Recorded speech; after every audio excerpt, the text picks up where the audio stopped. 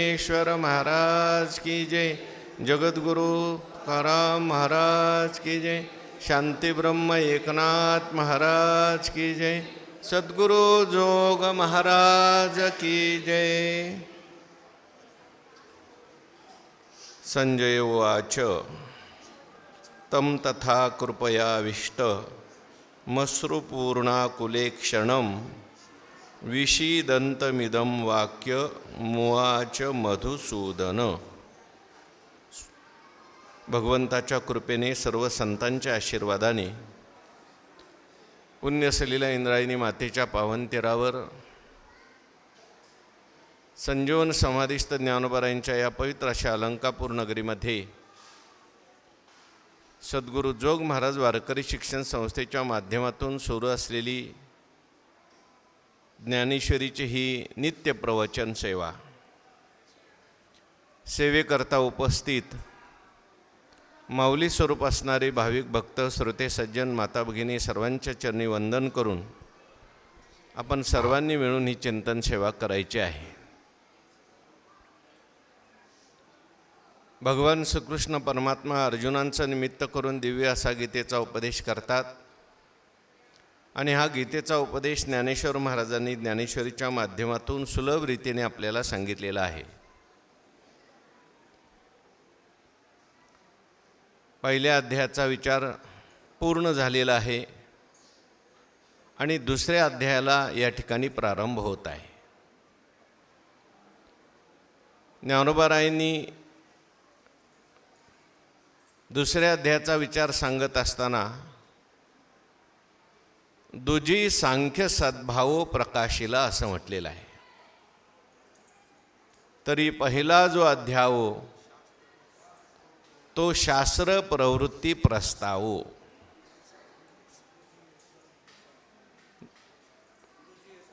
दुजे सांख्य सद्भावो प्रकाशिला। किंवा आणखीन एके ठिकाणी संगती सांगताना सूत्र उभारिले अशी ओवी आलेली। दुसऱ्या अध्यायामध्ये भगवान परमात्म्याने प्रथम अर्जुनाचा विषादू, दुजी बोलीला योग विशदू, सांख्य बुद्धीशी भेदू दावनिया। म्हणजे दुसऱ्या अध्यायाची संगती सांगताना दुजी सांख्य सद्भाव प्रकाशिला किंवा दुजी बोलीला योग विशदू असं वर्णन केलं। एतुल आले दुजी सूत्र उभारिले अशी एक ओवी आहे।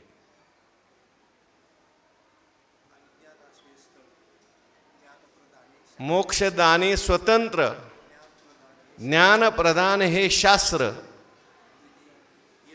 एतुल आले दुजी सूत्र उभारिले। म्हणजे सूत्र रूपाने भगवान परमात्म्याने सगळी गीता दुसऱ्या अध्यायात सांगितली।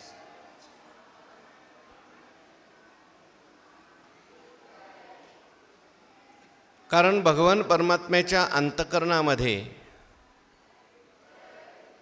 अर्जुनाचा शोकमोह घालवायचा आहे, नवे नवे सगळ्या जगाचा शोकमोह घालवण्याची तळमळ आहे आणि सगळ्यांचं दुःख जावं आणि त्याचबरोबर आपला भक्त दुःखाने शोक करतोय, दुःख करतोय हे देवाला पाहवत नाही। म्हणून अर्जुनाचा कुठल्याही प्रकारे अधिकार न पाहता भगवंताने लगेच ज्ञान सांगून टाकलं अर्जुनाला। तसं पाहायला गेलं तर ज्ञान लगेच सांगायचं नाही। आपल्याकडे ज्ञान सांगत असताना अधिकारी पाहून ज्ञान सांगितलंय, अधिकाऱ्याची काही लक्षणं सांगितलीत। कोण आहे ज्ञान ऐकण्याचा अधिकारी? अधिकाऱ्याचं काय लक्षण सांगितलं विचारसागरात? ज्यांनी या जन्मी किंवा पूर्वजन्मी निष्काम कर्म आणि उपासना करून मल आणि विक्षेप हे दोष घालवले आणि त्या ठिकाणी आवरण भंगार्थ जो श्रीगुरूंच्याकडे गेलेला आहे, पण गेलेला आहे कसा? साधन चतुष्ट संपन्न होऊन गेलेला आहे। त्याच्याकडे विवेक पाहिजे, वैराग्य पाहिजे, क्षमादिष्ट संपत्ती पाहिजे, मुमुक्षत्व पाहिजे. आणि मग त्याला उपदेश करायला सांगितलंय. पण इथे मात्र भगवान परमात्म्याने लगेच उपदेश करायला सुरुवात केली. दुसऱ्या अध्यायामध्ये लौकिक दृष्टीने पहिला उपदेश केलाय, नंतर लगेच 11व्या श्लोकापासून पारमार्थिक दृष्टीने उपदेश करायला सुरुवात झालेली आहे.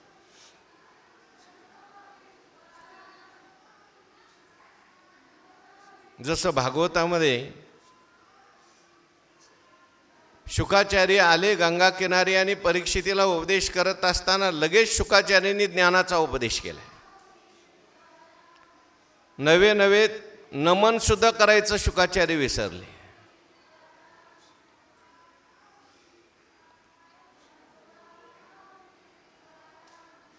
त्याप्रमाणे भगवान परमात्म्याने या दुसऱ्या अध्यायामध्ये, पहिला जो अध्याय आहे तो अर्जुन विषाद योग आहे. अर्जुनाच्या जीवनामध्ये विषाद झाला आणि हा विषादच त्याच्या जीवनात प्रसाद निर्माण करणारा ठरला. विषादानंतरच प्रसादाची आवश्यकता असते. ज्ञान ऐकण्याचा अधिकारी कसा असला पाहिजे याचा सगळा विचार पहिल्या अध्यायात केला आहे. पहिला अध्याय म्हणजे शास्त्र प्रवृत्ती प्रस्ताव म्हटलं, म्हणजे शास्त्राची जी गीताशास्त्राची प्रवृत्ती झालेली आहे ही कोणत्या अधिकाऱ्याला झाली, कोणत्या परिस्थितीत झालेली आहे.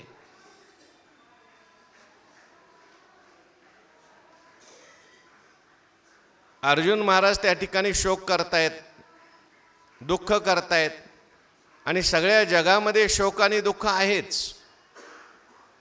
मग हा शोक आणि दुःख कशामुळे निर्माण होतं, त्याची काही कारणं आहेत. मोह हा शोकाला आणि दुःखाला कारणीभूत आहे. मनुष्याच्या जीवनामध्ये शोक आणि दुःख कधी निर्माण होतं, त्याच्या जीवनात मोह आला, मी आणि माझा आलं की शोक आणि दुःख निर्माण होतं. केवळ अर्जुनाच्याच मनात आहे असं नाही, आपल्या प्रत्येकाच्या मनात शोक आणि मोह आहे. आपल्या जीवनात शोक आणि दुःख आहे. आणि या सगळ्याला कारण आहे मोह. आणि तो मोह कशाने जाईल तर ज्ञानाने मोह जात असतो, गुरूंच्या मार्गदर्शनाने मोह जात असतो. आणि म्हणून भगवान परमात्म्याने अर्जुनाचं निमित्त केलं. अर्जुनम निमित्त कृत्य आहश्री भगवान असं म्हटलेलं आहे.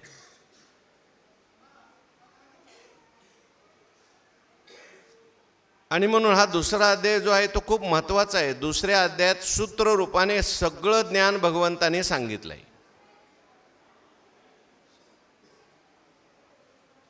एखादा उत्तम अधिकारी असेल त्याला सगळी गीता ऐकायची गरज नाही. अहो, नुसते गीतेतले 11व्या श्लोकापासून पुढचे 10 श्लोक ऐकले तरी सुद्धा त्याला ज्ञान होईल. नुसता 11वा श्लोक जरी ऐकला तरी त्याला ज्ञान होईल, त्याचा शोक दूर होईल. उत्तम अधिकारी असतो त्याला जास्त सांगायची गरज नाही, त्याला सूत्ररूपाने सांगितलं तरी सुद्धा त्याचा उद्धार होतो. काही उत्तम अधिकारी गीतेमध्ये असतील त्यांना लगेच ज्ञान व्हावं म्हणून भगवंतांनी दुसऱ्या अध्यायात ज्ञान सांगून टाकलं. बाबा तुम्हाला नाही वेळ ना, जास्त पुढचं ऐकत बसू नका, एवढा दुसरा अध्याय ऐका. पण दुसरा अध्याय जो आहे ऐकल्यानंतर ज्ञान झालं नाही ना तर मग पुढचे अध्याय ऐका. साधनारंभतो तृतीयाध्यायी बोलिला. ज्याला मल गेलाय, विक्षेप गेलाय आणि जो फक्त आवरण भंगा करता आलाय त्याला दुसरा अध्याय पुरेसा आहे. पण नसेल गेला ना तर मग तिसरा ऐका, चौथा ऐका, पाचवा ऐका, कर्मयोग ऐका, मल घालवा, उपासना योग ऐका, विक्षेप घालवा. आणि परत ज्ञान सांगणारच आहेत भगवान परमात्मा. पण सूत्ररूपाने हा दुसरा अध्याय खूप महत्त्वाचा आहे. भगवान परमात्म्याने आपलं दिव्य ज्ञान या अध्यायामध्ये प्रगट केलं आहे. म्हणून या दुसऱ्या अध्यायाच्या सुरुवातीलाच काल आपण पाहिलं पहिल्या अध्यायाच्या शेवटी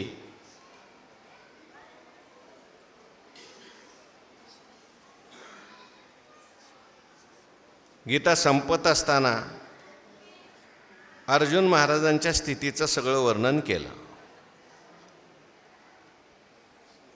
अर्जुन महाराजांना शोक झाला, दुःख झालं आणि रथाच्या खाली ज्ञानेश्वर महाराज म्हणतात त्यांनी काय केली, उडीच टाकली. आणि शोक करत बसलेले अर्जुन आहेत. पण त्या ठिकाणी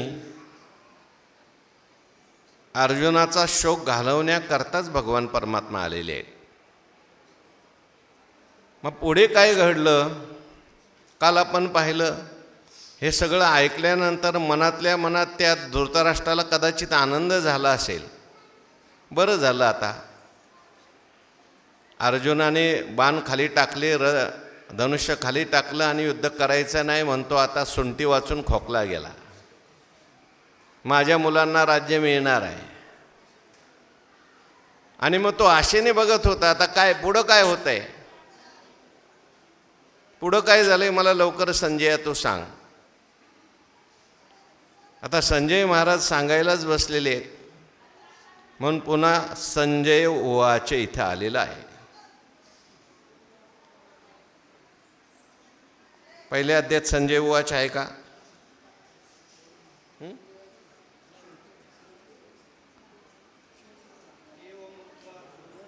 रथोपस्थ उपाविशत विसृज्य सशरम चापम शोक संविघ्न मानसा. संजयाचा इतिहास आपण सगळा पाहून आलोय.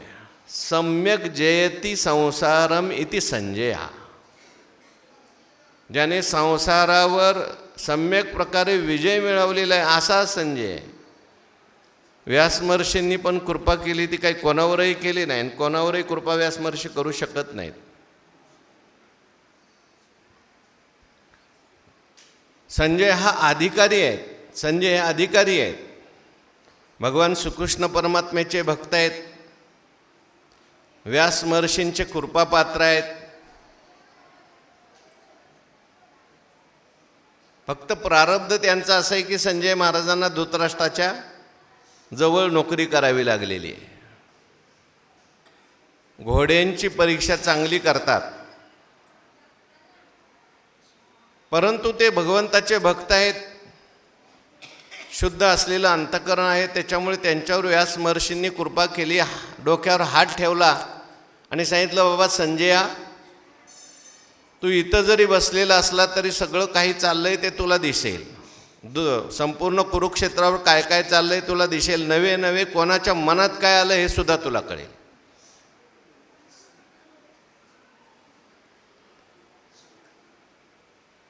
म्हणून संजय महाराज त्या ठिकाणी सांगू लागले. अर्जुन महाराजांची स्थिती सांगतात.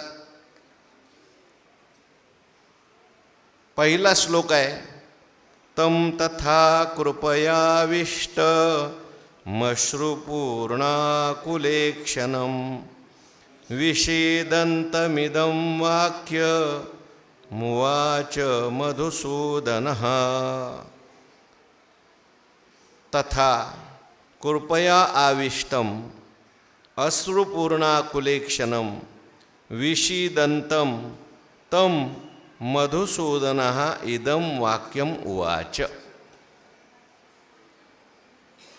त्यानंतर काय घडलं मला लवकर सांग संजय तू. संजय महाराज हसत हसत बोलले.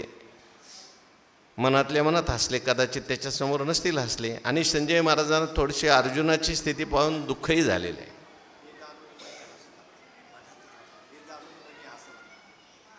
हे जाणून मनी हसला म्हणे म्हातारा मोहे नाशिला. पण मनात हसतात संजय महाराज. तथा कृपया आविष्टम. अर्जुन महाराजांचं वर्णन इथे केलंय. अर्जुन महाराजांची काय स्थिती झालेली आहे म्हटले कृपया आविष्टम. अर्जुन महाराजांच्या अंतःकरणामध्ये आवेश झालेला आहे. आणि आवेश झाल्यानंतर मनुष्य बदलून जातो. एखाद्या माणसामध्ये एखाद्याचा आवेश झाला, तो आहे वेगळा, परंतु कृपेने त्या ठिकाणी आवेश केलाय. मूळ स्वभाव अर्जुनाचा युद्धात कृपेचा नाहीये, परंतु मोहामुळे कृपेचा आवेश झालाय, दयेचा आवेश झालाय, करुणेचा आवेश झालेला आहे. आणि त्यामुळं काय झालं? अश्रुपूर्णा कुलेक्षणम. सगळे अर्जुनाचे जे डोळे आहेत, दोन्ही डोळे ते अश्रूने पूर्ण भरलेले आहेत, डबडबलेले आहेत. अश्रू डोळ्यातून खाली वाहत आहेत. आणि विषीदंतम, अर्जुनाचा जो शोक आहे, विषाद आहे, तो तिन्ही प्रकारचा आहे. कायिक आहे, वाचिक आहे, मानसिक आहे. पहिल्यांदा शोक मनात निर्माण होतो, नंतर तो कायेच्या द्वारे प्रगट होतो, आणि नंतर तो वाचेच्या द्वारे सुद्धा प्रगट होतो. शोकाचं मूळ कारण मनात निर्माण झालं. मनात शोक करायला लागला मनुष्य, आपोआप त्याच्या डोळ्याला पाणी येतं. अति दुःख झालं की माणसाला अश्रू जे येतात. अति दुःख असेल तर अश्रू येतात. अति प्रेम निर्माण झालं, आनंद झाला तरी अश्रू येतात. अति दया असलेली अंतःकरणात तरी अश्रू येतात. पण आनंदाचे अश्रू वेगळे असतात आणि दुःखाचे वेगळे, बरं का. आनंदाचे अश्रू इकडून बाहेरून येतात आणि ते थंड असतात. दुःखाचे अश्रू इकडून आतून येतात, ते गरम असतात.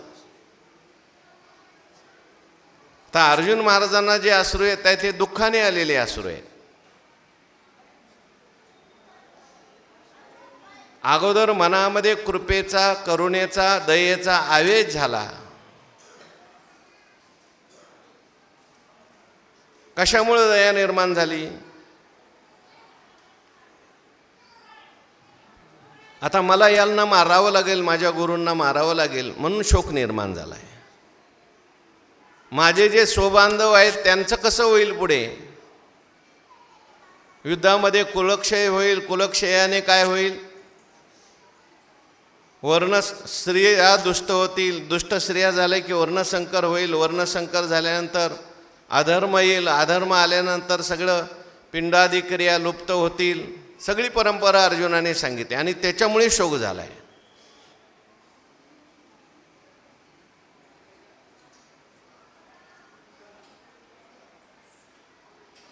त्यांचं दुःख पाहून शोक झाला आहे. आणि हा सगळा शोक आतमध्ये मनामध्ये निर्माण झाला माणसाच्या, की तो मनातला शोक आपोआप अश्रूच्या द्वारे बाहेर दिसायला लागतो. अश्रुपूर्णा कुलेक्षणम. आणि मग माणसं विषाद करायला लागतात. वाचेतून सुद्धा तो बाहेर होतो. काय करू, कसं करू, माझं काय झालं, आता पुढं काय होणार? अर्जुनाने वाणीच्या द्वारे सगळा देवाला शोक करून दाखवलाय. देवा काय काय होईल तुला माहिती आहे का?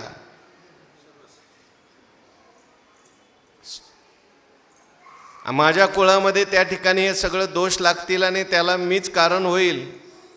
म्हणजे मुखातून तू सुद्धा हा शोक सगळा पहिल्या अध्यायात बोलून दाखवलेला आहे. म्हणून संजय महाराजांनी ती स्थिती पाहिली. तम म्हणजे बाकीच्या सगळ्या लक्षणांनी सांगितलं आहे. जो कृपेने आविष्ट झालेला आहे,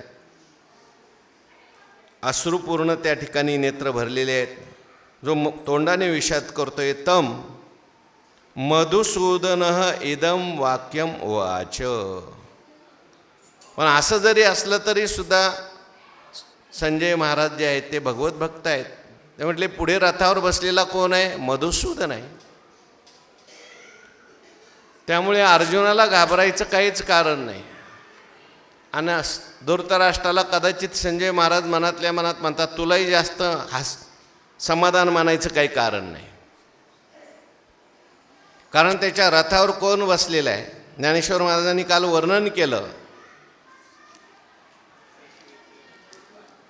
काल ओवी सांगितली, ज्ञानोबाराय बोलतात, आता यावरी तो वैकुंठ नाथू देखोनी सखेद पार्थू. तो आहे वैकुंठनाथ, ज्याच्या जीवनात कसली कुंठा नाही, दुःख नाही, आणि नाथ आहे पुन्हा सगळ्यांचा तो. अनाथाचा नाथ जनार्दन. आणि आपल्या भक्तांना दुःख झालंय भगवंताला अजिबात सहन होत नाही. भक्ताला झालेलं दुःख जे आहे भगवान परमात्म्याला सहन होत नाही. असे अनेक प्रमाण आहेत तुकाराम महाराजांचे. आठवत असलं तर सांगा. भक्ताचं दुःख भगवंताला सहन होत नाही.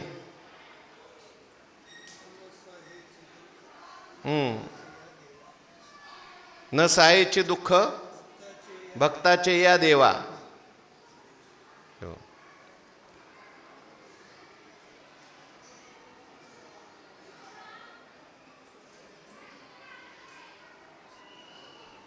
मज भक्ताचे न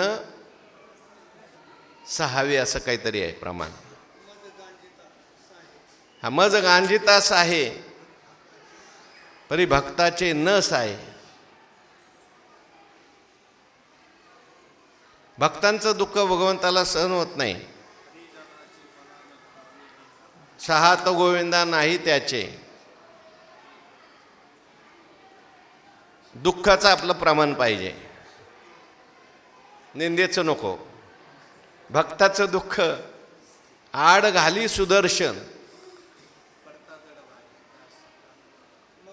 मग तो हो नेदी शीन आड घाली सुदर्शन. म्हणून भगवंत त्या ठिकाणी देखोनी सखेदू पार्थू. आता भगवान परमात्मा परमार्थाचं निरूपण करणार आहे. म्हणून भगवान परमात्म्याने पाहिलं माझा भक्त आहे. देवाचं इथे संबोधन देवाला संजय महाराजांनी वापरलंय मधुसूदन, विशेषण वापरले मधुसूदन. भगवान परमात्मा कोण आहे? मधुसूदन आहे. मधु आणि कैटभ नावाचे काही दैत्य होते. देवी भागवतामध्ये त्यांची कथा आलेली आहे. देवाच्याच कानापासून निर्माण झालेले आहेत, कानातल्या मळापासून हे निर्माण झाले, मधु आणि कैटभ. आणि यांनी सगळ्या देवांना त्रास द्यायला सुरुवात केली. आणि मग पुढे भगवान परमात्म्यानेच यांना दोघांना मारलं. म्हणजे ते दुष्ट होते, दुष्टांना मारणारा भगवान परमात्मा आहे. म्हणून संजय महाराज म्हणतात आता भगवान जरी अर्जुनाने धनुष्य टाकलेलं असलं, शोक करत असला तरी सुद्धा इथे बसलेला मधुसूदन आहे. त्याचा अवतारच त्यांनी सांगितला आहे परित्राणाय साधूनाम विनाशाय च धर्मसंस्थापनार्थाय संभवामी युगे युगे. मग आपुल्याचे काही वारे मी साकार होणे अवतरे. मग अज्ञानाचे अंधारे घेऊन निघाले, अधर्माची अवधी दोषाची लिही फाडी. सज्जना करवी गुढी सुखाची उभी, दैत्याची कुळे नाशी साधूचा मान गिवसी. धर्माशी नीतीशी शेज बरी. म्हणून आता इथे भगवान परमात्मा मधुसूदन असल्यामुळे आम्हाला काही घाबरायची गरज नाही. संजय महाराज म्हणतात, धृतराष्ट्रा मनातल्या मनात म्हणतात, तुला जरी हर्ष होत असेल, तुला जरी समाधान वाटत असेल तरी तू काही समाधान वाटून घेऊ नको. शेवटी तुझी पोरं दुष्टच आहेत आणि दुष्टाला मारायला पुढं बसलेला आहे बाबा. तो मधुसूदन आहे. किंवा अर्जुनाच्या मनामध्ये निर्माण झालेला मोह हाच एक प्रकारचा राक्षस आहे.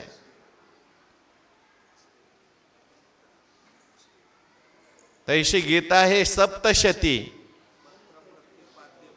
मंत्र प्रतिपाद्य भगवती मोह महिषा मुक्ती आनंद लेशे. आता भगवंताच्या मुखातून भगवती प्रगट होणार आहे. कशा करता ती भगवती प्रगट होणार आहे? आपल्या सगळ्यांच्या जीवनातला मोहरूपी जो महिषासूर आहे त्याला मारायला प्रगट होणार आहे.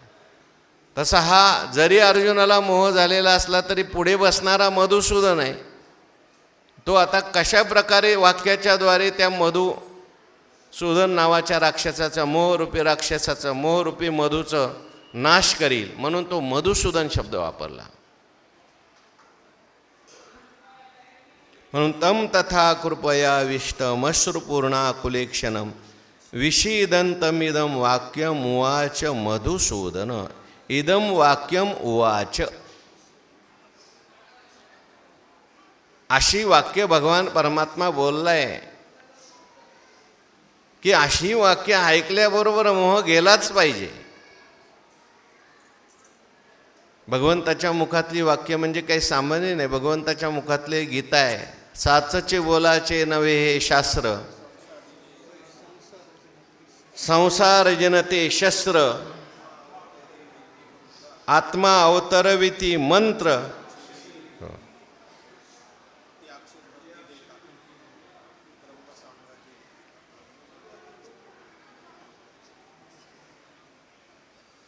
पार्थपुत्रो विषादोस्ति वाक्कन्या परमात्मनः ताभ्याम उभाभ्याम वे जाता स गीता लोक पावनी. असं वर्णन कुठंतरी आलंय, ते मी लिहून आणलंय. ते पार्थाच्या अंतकरणात विषाद आहे आणि भगवंताची ही वाक्कन्या आहे गीता.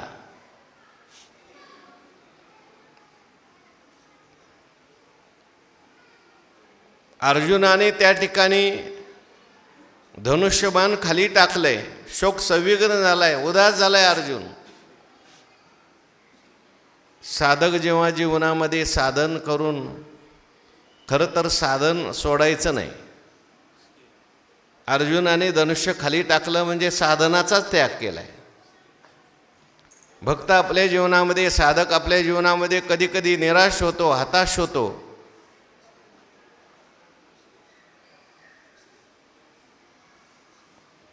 भागवतात असं वर्णन आलं, भगवंताला धरण्याकरता यशोदा माता जेव्हा भगवंत परमात्म्याने घरातले ते माठ फोडले, दही दूध सगळं सांडलं, यशोदा मातेने शिक्षा करण्याकरता म्हणून हातात काठी घेतली आणि भगवंताला धरायला गेली.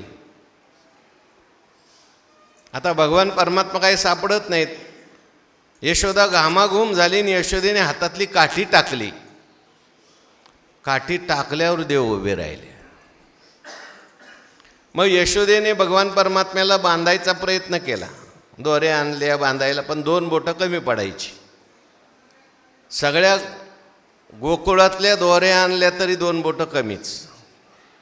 थकून गेली यशोदा, त्या दोरे टाकून दिल्या, काठी टाकून दिली, दोरे टाकून दिल्या. मग भगवंताने आपल्याला स्वतःला बांधून घेतलं. कृपयासीत स्वबंधने असं वर्णन तिथे केलंय. म्हणजे जेव्हा साधनेचाही अभिमान मनुष्य टाकून देतो त्यावेळेस भगवंताची कृपा प्रगट होते. मी देवाला धरील हा अभिमान सुद्धा देवाला धरून देत नाही, कारण त्या साधनेचा अभिमान होतो. मी एवढी पारायणं केली, मी एवढं हे केलं, मी तेवढं हे केलं. केलं नाही, मी काहीच केलं नाही, देवाने करून घेतलं माझ्याकडून. अर्जुनाने विषाद प्रगट केलाय, खेद प्रगट केलाय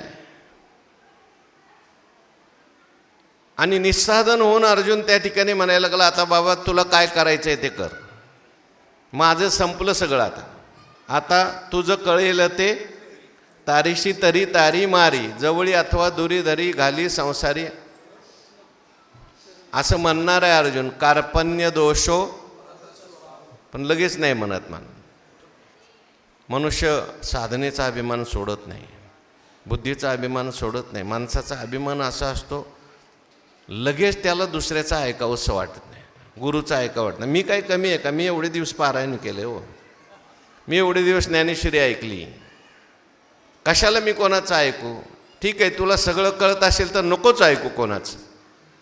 पण एवढं करून जर तुझा शोक जात नसेल, तुझं दुःख जात नसेल, तर कोणाचं तरी ऐक बाबा. एवढं करून जर तुझा मोह जात नसेल तर कोणाचं तरी ऐक. पण साधनेचा अभिमान माणसाला ऐकू देत नाही, आणि त्यामुळं अनेक वर्ष जाऊन सुद्धा काहीच फरक पडत नाही. काही शोक जात नाही, दुःख जात नाही, रागद्वेष जात नाही, उलट वाढतो अभिमान. मग अर्जुनाने काय केले, आता धनुष्य टाकले खाली, शोक करायला लागलाय. पण शोक जरी करत असला तर तुम्ही समजू नका अर्जुन महाराज एकदम आता लगेच शरण जाणार देवाला. देवाला अजून शिकवणार आहेत अर्जुन.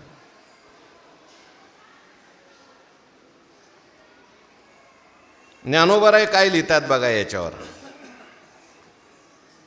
मग संजयो राया ते म्हणे ऐके तो पार्थू.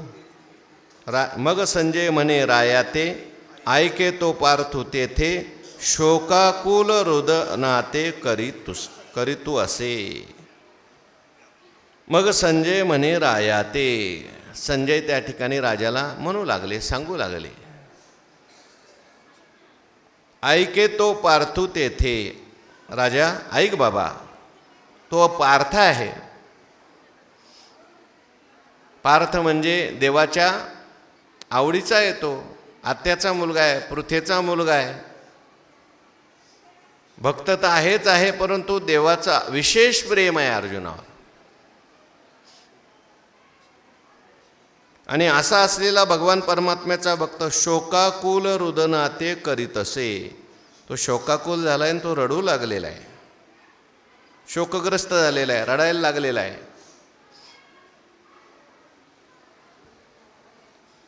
कारण शोक कशामुळे झालेला आहे, ते कुळ देखोनी समस्त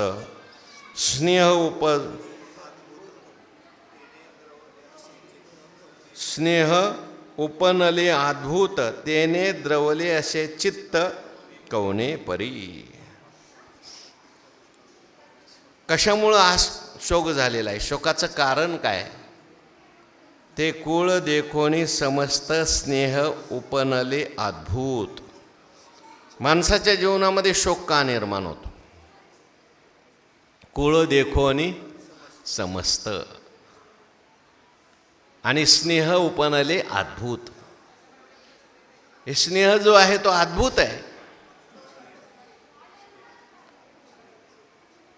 अर्जुनाने सगळं कुळ समोर पाहिलं, ऐकल्यानंतर एवढा मोह निर्माण होत नाही, समक्ष पाहिल्यानंतर जास्त मोह निर्माण होतो. समोर अर्जुनाने पाहिलं, अगोदर नुसतं युद्धामध्ये कोण कोण येणार आहे माहिती होतं,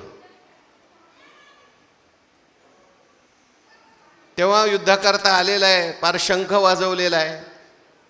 पण जेव्हा भगवान परमात्म्याला सांगितलं माझा रथ तुम्ही दोन्ही सैन्याच्या मध्यभागी उभा करा, आणि तत्रा पश्यत सितान पार्थ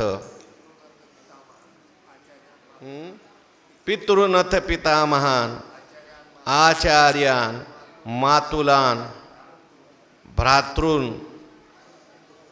पुत्रान पौत्रान सखींस्तथा. सगळे आलेले आहेत बाबा आपल्यासमोर. आचार्य आलेले आहेत, भाऊ आलेले आहेत, आजोबा आलेले आहेत, मुलं आलेली आहेत, नातू आलेले आहेत.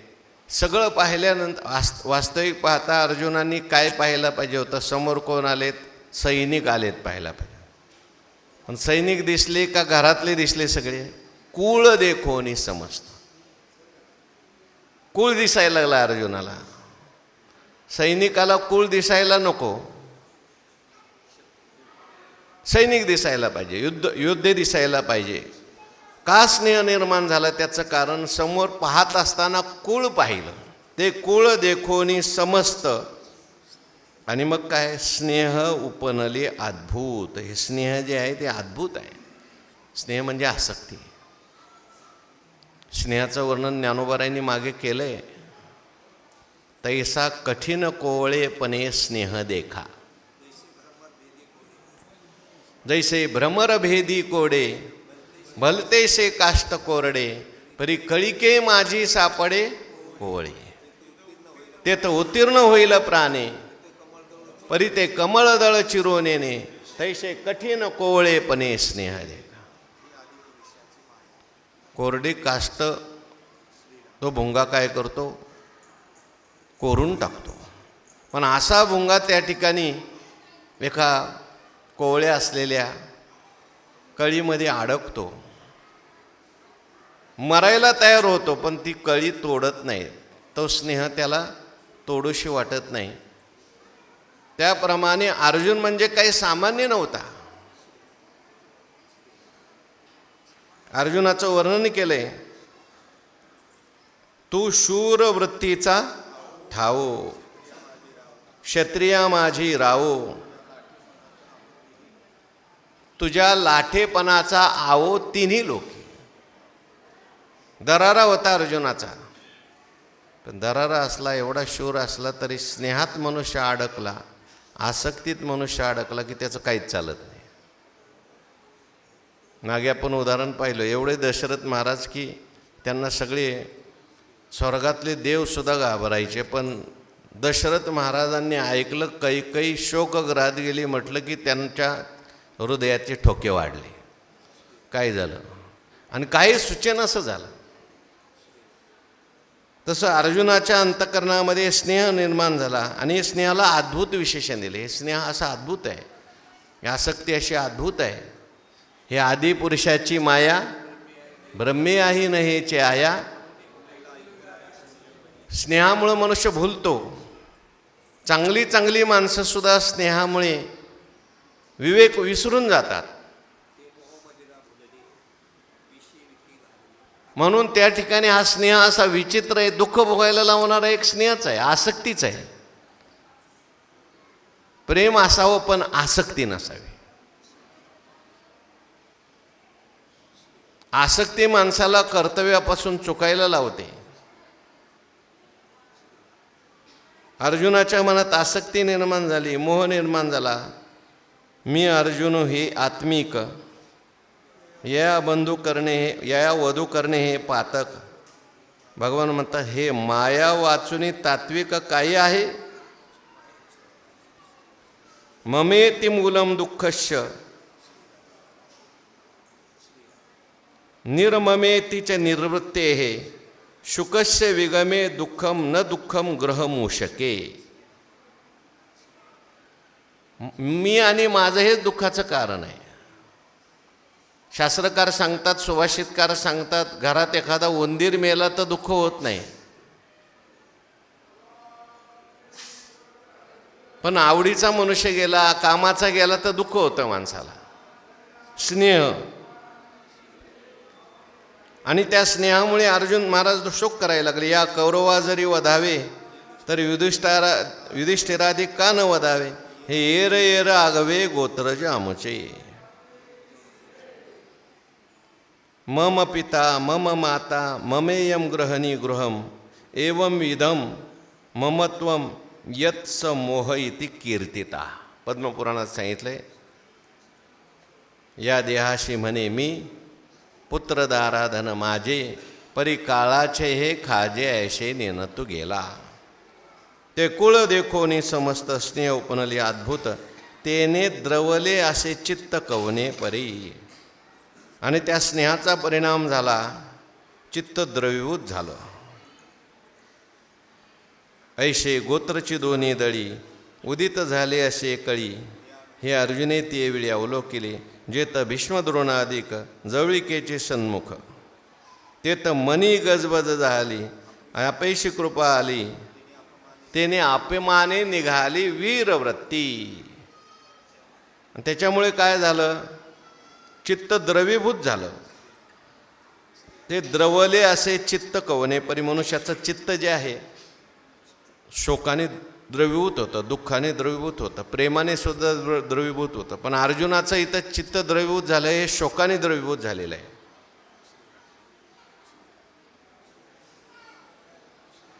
आणि म्हणून जै कशाप्रमाणे ते द्रवलं म्हटले, उदाहरण दिलंय, वाचा पुढची ओवी. जैसे लवण जळे झळंबले, ना तरी अब्र वाते हाले, तैसे सधीर परिविरमले हृदय तयाचे. ज्याप्रमाणे पाण्याने मीठ विरघळून जावं अथवा वाऱ्याने ढग चळावेत, त्याप्रमाणे त्याचे धैर्ययुक्त अंतःकरण पण विरघळून गेले.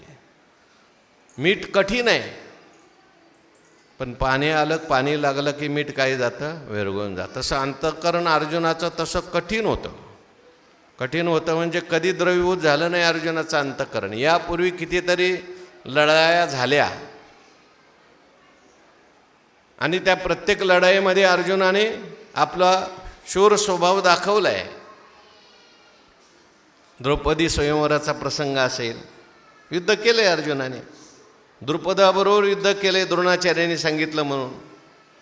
विराटाच्या नगरीमध्ये अज्ञातवासात असताना जेव्हा गायी चोरून नेल्या कौरवांनी, त्यावेळेस अर्जुनाने ब्रह्मणडेच्या वेशात असताना युद्ध केलं. म्हणजे अर्जुन सामान्य नव्हता. पण आता जसं मिठाचा पाण्याचा संबंध आला की किती कठोर मीठ असलं तरी ते काय होतं, तुका म्हणे लवण कळी पडता जळी ते होय, नवे सारिता निराळे. स्वभावात जरी त्या ठिकाणी अर्जुन सधीर असला, धैर्ययुक्त होता, गंभीर होता, पण अर्जुन त्या ठिकाणी काय झाला, स्नेह निर्माण झाला, मोह निर्माण झाला. आणि या स्नेहामुळे, मोहामुळे मनुष्य काय होतो, त्या ठिकाणी दुर्बल बनतो, कर्तव्यापासून परान्मुख होतो. एखादं काम करायचं असेल आणि तिथे जर मग मनुष्याच्या जीवनात भावना आली आणि त्यात मोह आला तर ते काम तो करू शकत नाही. म्हणून कठोर काम करायचं असेल, कठीण काम करायचं असेल तर त्यावेळेस अंतःकरणात स्नेह लागत नाही, आसक्ती नसावी. भावनेला प्राधान्य देऊ नये, कर्तव्याला प्राधान्य द्यावं. पण अर्जुन महाराजांच्या त्या ठिकाणी तैसे सधीर परी विरमले हृदय तयाचे, अंतःकरण विरघळून गेलं. आणि म्हणून काय झालं, मनोनी कृपा आकळीला दिसतसे अति कोमाईला, जैसा कर्दमी रूपला राजहंस. ज्ञानोबाराय वर्णन करतात अर्जुनाची स्थिती कशी झाली. मनोनी कृपा आकळीला, आणि कृपा निर्माण झाली. पहिल्यांदा स्नेह, आणि त्या स्नेहाची व्याप्ती एवढी वाढली, स्नेह एवढा वाढला की त्या स्नेहाने त्याला घेरून टाकलं. स्नेहाने मोहाने व्याप्त झालेला अर्जुन दिसतसे अति कोमाईला, तो काय झाला, कोमेजून गेला, म्लान दिसू लागला. कशाप्रमाणे म्हटली, ज्ञानोबाराय म्हणतात, जैसा कर्दमी रूपला राजहंस. एखादा राजहंस असावा आणि तो राजहंस, त्याला भ्रम निर्माण होतो राजहंसाला. नक्षत्राचे आभासा घातू झाला तया हंसा,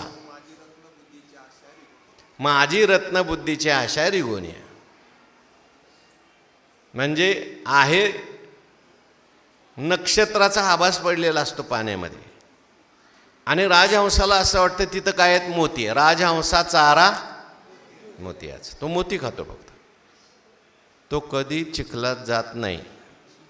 चिखलाचं युक्त सरोवर असेल तर तो राजहंस तिथून निघून जातो. मला वाटते सकर्दमी सरोवर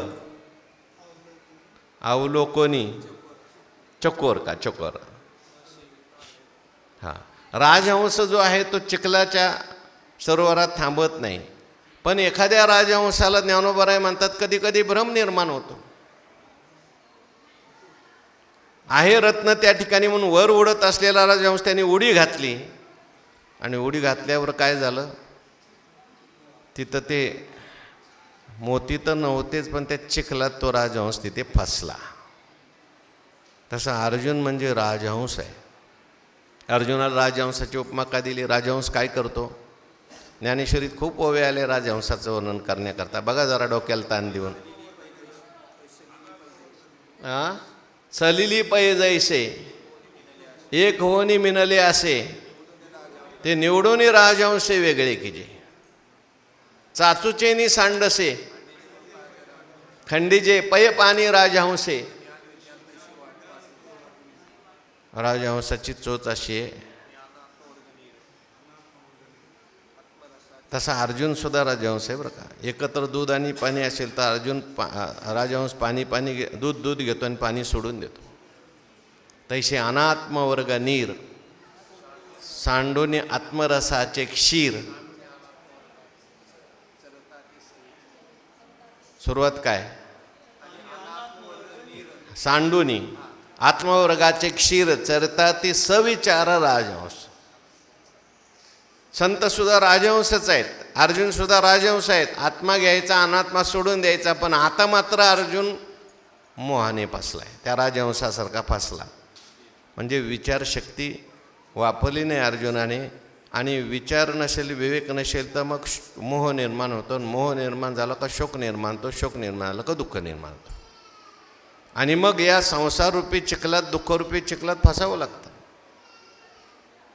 अर्जुनाची स्थिती तशी झाली. जैसा कर्दमी रूपला राजहंसू तया परितो पांडुकुमारू महामोहे अति जर्जरू देखोनी शारंग धरू काय बोले.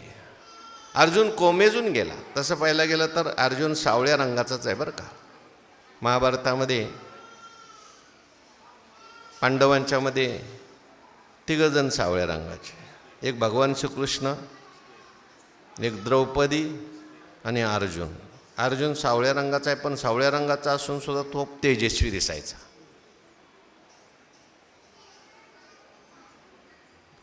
कारण त्याच्या अंतःकरणात खूप तेज होतं. द्रौपदी जरी सावळ्या रंगाची होती तरी तेजस्वी होती, आणि भगवान सावळ्या रंगाचे होते तरी तेजस्वी होते. परंतु कोमेजून गेला. काय शोक निर्माण झाला का माणसाचा चेहरा निस्तेज होतो. दुःख निर्माण झालं की माणसाचा चेहरा, आज जर दुःख असेल तर ते बाहेर सुद्धा प्रकट होतं. म्हणून शोक करू लागला, दुःख करू लागला. तयापरी तो पांडुकुमारू महामोहे अति जर्जरू.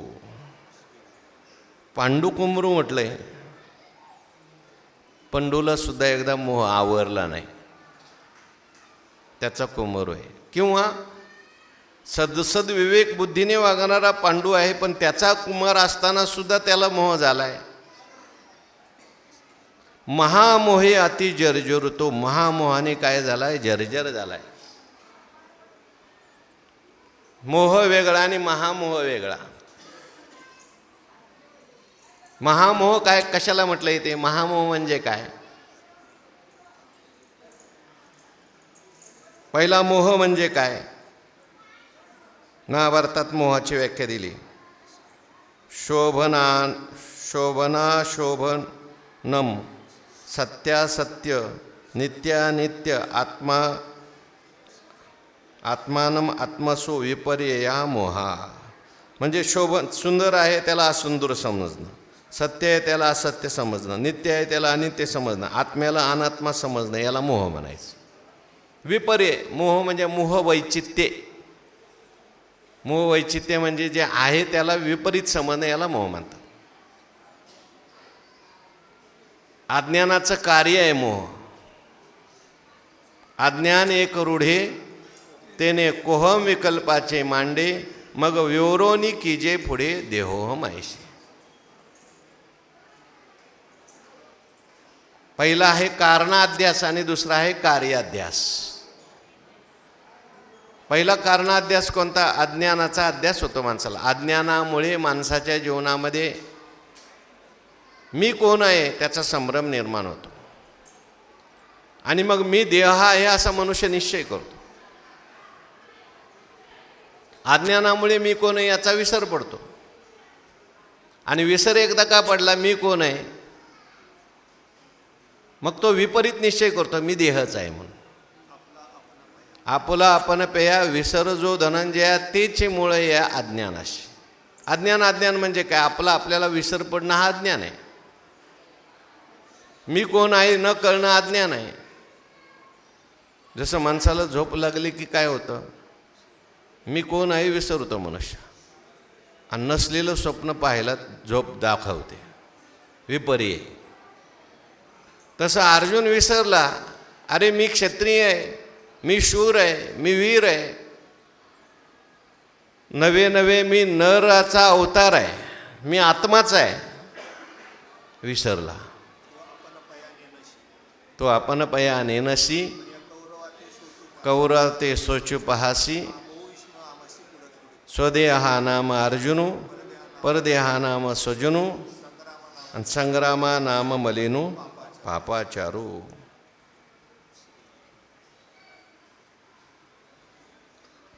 अनित्य ब्रह्मलोकादी फलामध्ये नित्यत्व बुद्धी झाली. असुची भार्या पुत्रादी शरीरामध्ये सुची बुद्धी, दुःख दुःखाची साधना अशा वनिताधिकामध्ये सुख साधन बुद्धी, पुत्रादी गौण देहादी मिथ्या अनात्म्यामध्ये मुख्य आत्मबुद्धी. याला मोह असं म्हटलेलं आहे. आणि अर्जुनाच्या जीवनामध्ये हा काय झाला? मोह निर्माण झाला.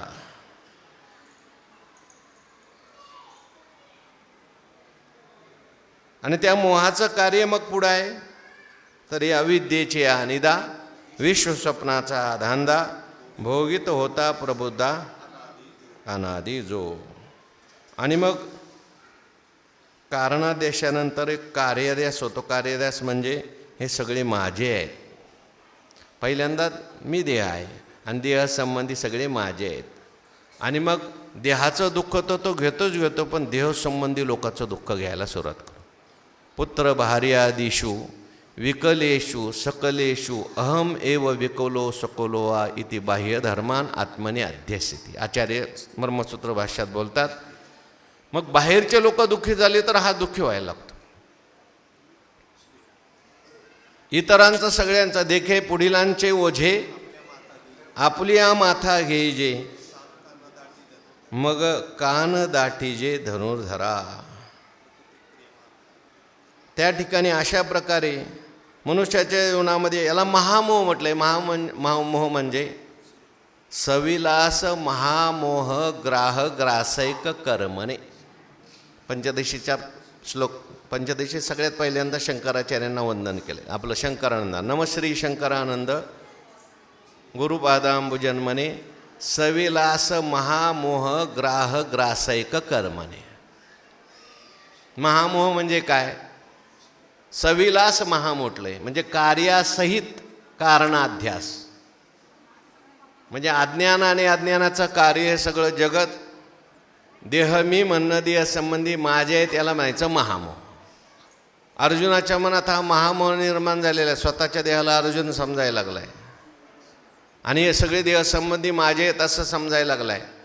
आणि त्याचा परिणाम आता हे मरतील, माझ्यामुळं मरतील, कुळ नाश होईल असं दुःख करायला लागलं आहे. आणि त्या दुःखाला इथे ज्ञानोबाराय म्हणतात महामोह. काय झालं? तयापरी तो पांडुकमुरो महामोहे अति जर्जर. मनुष्य जर्जर होऊन जातो. मी आणि माझं याच्यात मनुष्य काय होऊन जातो? जर्जर होऊन जातो. ममतेच्या लवड सवडी माते न पवतीची बापोडी. जर्जर होतो म्हणजे सगळ्यांचं दुःख डोक्यावर घेऊन बसतो. माझं कसं होईल हे तर आहेच आहे, पण मुलांचं कसं होईल, भावाचं कसं होईल, बहिणीचं कसं होईल, भाच्याचं कसं होईल, भाच्याच्या पोरांचं कसं होईल. आता सगळं चांगलं आहे पण नातवाचं राहिलं आहे म्हणतो अजून. तेवढं झालं की आपण मुक्तच झालो. संपलं सुख संसारातलं दुःख, आपलं सगळं कर्तव्य संपलं. अरे नातवाच्या पोराचं आणखीन राहिलं आहे. प्रेम सर्वांच्यावर करावं, कर्तव्य म्हणून आपल्या वाट्याला आले, सगळं काही करावं माणसाने. पण विनाकारण जर सगळ्यांचं ओझं घेतलं तर माणसाला मग परमार्थ करायला वेळ कुठे आहे. आणि मग दुःखच दुःख भोगावं लागतं. जर्जर होतो मनुष्य. मोह धरली आयुष्य होईल. म्हणून महामोहाने अर्जुन जर्जर झाला महाराज. आपलं काय घेऊन बसलं. आणि महामोहे अति जर्जरू देखोनी श्री शारंग धरू. काय बोले पण समोर कोण बसलेला आहे? श्री शारंग धरू. श्री भगवान परमात्म्याचं पुढे वर्णन आहे ना, श्री भगवान वाच ऐका यश श्री औदार्य ज्ञान वैराग्य ऐश्वर्य हे सहाही गुणवर्य वस्ती जेत म्हणून तो भगवंत. ज्याच्या ठिकाणी यश आहे, ज्याच्या ठिकाणी श्री आहे, ज्याच्या ठिकाणी औदार्य आहे, ज्ञान आहे, वैराग्य आहे, ऐश्वर्य आहे, श्रीने युक्त आहे तो म्हणजे भगवान परमात्मा शोभिवंत आहे बरं का. श्री म्हणजे लक्ष्मी, लक्ष्मी ज्याच्याजवळ आहे, ज्ञान लक्ष्मी ज्याच्याजवळ आहे, मोक्ष लक्ष्मी ज्याच्याजवळ आहे. आणि श्री म्हणजे त्याची शक्ती सांगितली. कर्तुम अकर्तुम अन्यथा कर्तुम शक्ती आहे. काय नव्हे करिता तुझ, करशील तरी नव्हे काही, राईचा डोंगर पर्वतराय, अशी शक्ती त्याच्याकडे आहे. आणि म्हणून आता असलेला आहे तो शारंग धरू आहे. ज्ञानोबारायांनी ते देवाला शारंग धरू म्हटले. शारंग नावाचं धनुष्य ज्याच्या हातात आहे तो आता, हे धनुष्य कशाकरता देवाने धारण केले? दुष्टांचा नाश करण्याकरता. म्हणून बाह्य दुष्टांचा तर नाश करणारच आहे, परंतु अर्जुनाला सुद्धा तो हातात धनुष्य धरायला लावणार आहे. जरी अर्जुनाने धनुष्य खाली टाकलेलं असलं तरी तो शारंग धरू असल्यामुळे तो असं काही ज्ञान सांगेल की अर्जुन परत हातात धनुष्य धरेल.